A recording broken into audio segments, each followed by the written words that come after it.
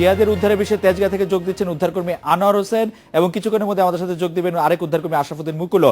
আমি জনাব আনোয়ার হোসেন আপনার কাছে জানতে চাইবো যে আপনি জিয়াদকে উদ্ধার করা যে আপনি সম্ভব সেটি আপনার প্রথম কখন মনে হয়েছিল? আসলে এটা আমার যখন আমি প্রথম যে ক্যামেরাটাই আমি যখন নিচে নামিয়েছিলাম তখন কিছু আমি আইডেন্টিফাই করেছি, যেমন একটা বাচ্চার হাত, একটা মুটের মতো করে একটা বাচ্চার হাতের মতো আমি দেখতে পাই। তারপর দিন আমি সকল সাংবাদিক ভাইকে বললাম যে আপনারা একটু মনিটরের দিকে একটু ফলো করেন, যারা উদ্ধার কর্মকর্তা যারা ছিলেন, তারপর সিভিল ডিফেন্সে যারা ছিলেন, তারপর ফায়ার কর্মী যারা ছিলেন, সকলদের সবারকে বললাম যে আপনারা একটু সিসিটিভির মনিটরের দিকে একটু ফলো করেন। তো অ্যাকচুয়ালি তখন সঠিক যেই সিদ্ধান্তটা যে এটা নিয়ে আমরা কি আরও কাজ করব কিনা এই ধরনের কোনো কিছু আমি তাদের থেকে শুনতে পাইনি। তারপর দিন আমি চিন্তা করলাম যে আমি আমার থিসিসে দেখি যে আরও কি উদ্ঘাটন করা যায়। তারপরের দিন আমি আবার ক্যামেরাটাকে আবার উঠে আবার আরেকটা ক্যামেরা নামানোর পরে দেখি যে সেম জিনিসটাই দেখা যাচ্ছে। তারপর আমি একটা বডির একটা অংশ আমি দেখতে পাই। তারপরে আমার দিনে দিনে আমার মনে খটকা লাগলো। তো এটা আসলে কি যে আমি এর আগে যে যতবার এই ক্যামেরাটা নামিয়েছি, হ্যাঁ, তারপরে দেখা যাচ্ছে যে কিছু জিনিস আনোয়ার হোসেন আপনাকে একটু থামাচ্ছি। আপনার ক্যামেরায় আপনি বডি দেখতে পাচ্ছিলেন, হাত দেখতে পাচ্ছিলেন, যে ক্যামেরাটি আসলে কর্তৃপক্ষের পক্ষ থেকে নামানো হয়েছিল তাতে শুধু টিকটিকি ককশিট এগুলি দেখা যাচ্ছিল কেন? আসলে আমিও আমার ক্যামেরা টিকটিকি কটশিক তারপরে একটা বোতল টাইপের একটা জিনিস দেখতে পেয়েছিলাম। আসলে তখন আমি আসলে আইডেন্টিফাই করার জন্য আমি নিজে একটা ভিজিটিং কার্ড আমি ওই যে সুড়ঙ্গটা যেটা পাইপে যে সেই পাইপে আমি ওটা ফালানোর ঠিক 12 সেকেন্ড পরে আমার কার্ডটা ওই ঠিক আমার ক্যামেরার সামনে যায় পরে। দেন আমি কার্ডটা আমি আইডেন্টিফাই করতে পারি যে ওইখানে কিছু ওটাই শেষ স্তর এবং ওইখানে যেটাই যাচ্ছে সেটাই আটকাচ্ছে আর কি। আচ্ছা, আপনি তারপরে আপনি পরের দিন কিভাবে সিদ্ধান্ত নিলেন যে আপনি এখানে আসবেন এবং জিয়াদকে উদ্ধার করার কাজে অংশগ্রহণ করবেন? সেক্ষেত্রে আপনি কি কোনো একটি গ্রুপের সাথে কথা বলেছিলেন নাকি আপনি একাই চেষ্টা করলেন? আসলে যে আমি মূলত ছিলাম যে ওইখানের যে অবস্থানটা ওই সিসিটিভির মাধ্যমে যদি আমি মনিটরে শনাক্ত করা যায় বা করা যদি সম্ভব হয়, আমি আসলে সেই চেষ্টায় ছিলাম সবসময়ের জন্য। আর আমি সেদিন রাত্রের থেকেই আমি বিগত উদ্ধার হওয়ার শেষ মুহূর্ত পর্যন্ত আমি ওই কাজে নিত্য ছিলাম।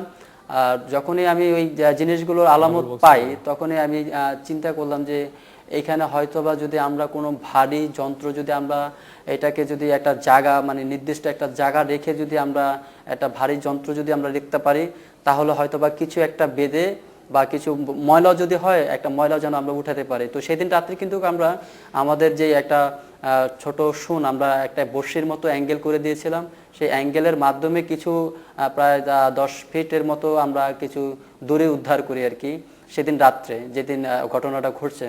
তারপরের দিন আমিও খুব ক্লান্ত ছিলাম, তো আমিও চলে যাওয়ার সিদ্ধান্ত নিয়েছিলাম। তারপরে আমার এক ভাই ওখানে সহকর্মী ছিল, তো উনি বলছে যে যদি আপনি চলে যান তাহলে আমরা তো দেখতে পাবো না, আমরা তো এই অন্ধকারে কাজ করতে পারবো না, তা আপনি প্লিজ থাকেন। তখন আমি আবার সিদ্ধান্ত নিলাম যে তারা সবাই বলতেছে যে এটাই শেষ অভিযান বা এটাই আমাদের আমরা যারা আসলে পাবলিক যারা ছিলাম তাদের শেষ অভিযান এটা। তো তার সাথে আমি কথা বললাম যে আচ্ছা তাহলে আমরা এমন একটা জিনিস তৈরি করি যে জিনিসটা একটু খুব ভারী হবে এবং মানে খুব সিম্পলের ভিতরে যেন কিছু আমরা নিয়ে আসতে পারি। কেউ আসুক বা আমি বাচ্চাটা আছে বা নাই এটা আমাদের দেখার দরকার নেই, জাস্ট আমরা ওই ময়লার ওইখান থেকে যদি আমরা কিছু নিয়ে আসতে পারি তাহলে আমরা পরবর্তীতে ক্যামেরা দিয়ে আমরা দেখতে পাবো যে আসলে ওইখানে কি আছে। তারপরের দিন আমরা ওটা আপনার ওই দিন সকাল 11টার থেকে আমরা 1.5 ঘন্টা লাগাই আমরা ওটা তৈরি করার পরের দিন ওইখানে আমরা একটা ভারী একটা লোহার প্লেট তৈরি করি। প্লেটটা ওইখানে ঝালাই দিয়ে বসানোর পরে ওই প্লেটের মাঝখানে ঠিক মাঝখান বরাবর একটা অংশ ছিল, খালি অংশ ছিল, যে অংশে আমি আমার যে সিসি ক্যামেরাটাও সেটা আমি ওইখানে ফিটিং করে দেওয়ার পরের দিন আমরা ওইখানে ওই জিনিসটা আস্তে আস্তে ঢুকানোর চেষ্টা করার পরের দিন সেই আগের যে রাত্রে যে অবস্থানটা ছিল সেই অবস্থানেই ওই জিনিসটা এখনো আছে।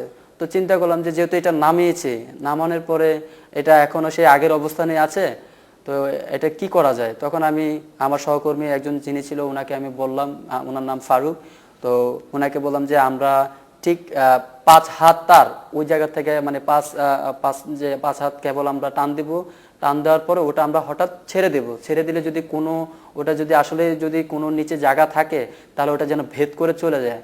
তখন আমরা ওটাকে কি করলাম যে আমরা 5-7 কেবলের মতো টেনে হঠাৎ করে আমি এভাবে ছেড়ে দিই। ছেড়ে দেওয়ার পরে একটা বিকট শব্দ আসলো।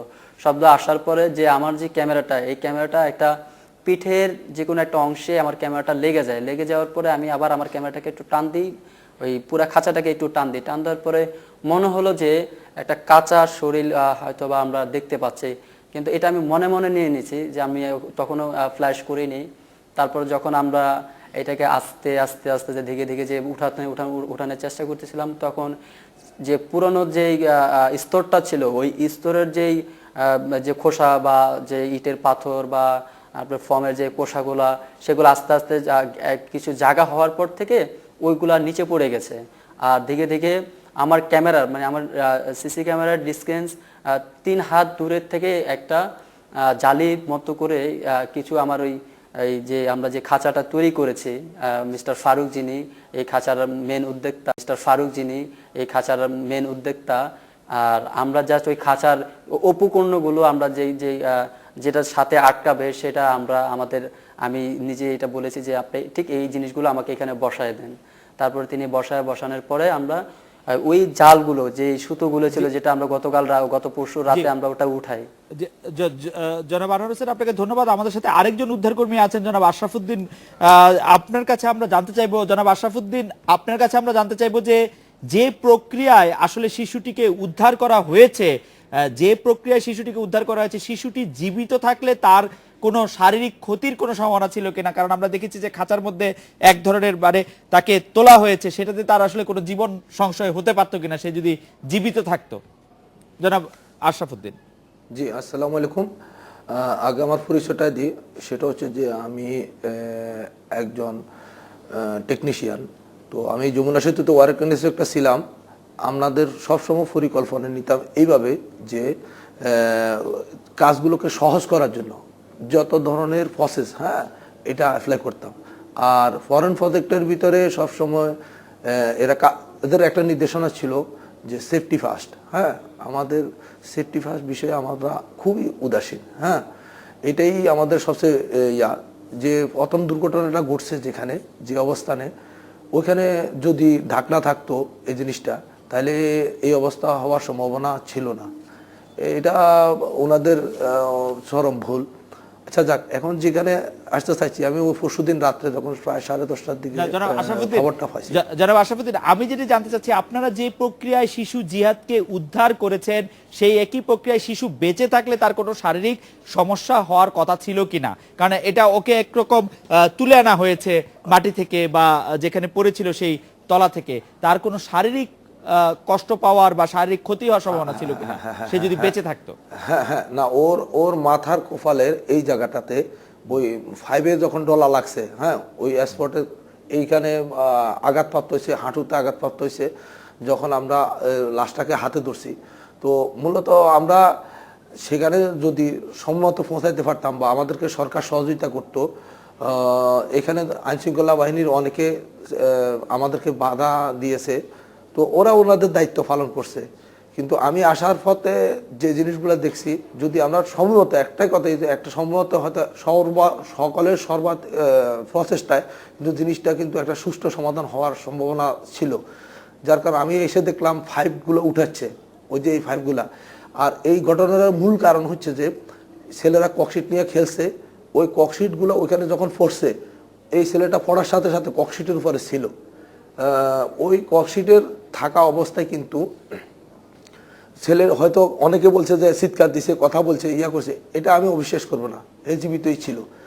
যখন এরা ওই ফায়ার ব্রিগেডের লোক যে ফার্মটা উঠাইছে, উঠাতে গিয়ে ককশিটের থেকে উল্টাইয়া বাচ্চাটা ককশিটের নিচে চলে গেছে। ককশিট হলো হালকা জিনিস, বাচ্চা হলো ওজন জিনিস।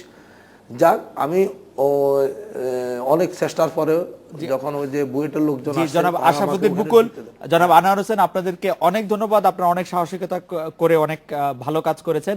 ভবিষ্যতে আপনাদের এই অভিজ্ঞতা নিশ্চয়ই ফায়ার ব্রিগেড মনে রাখবে। আমরা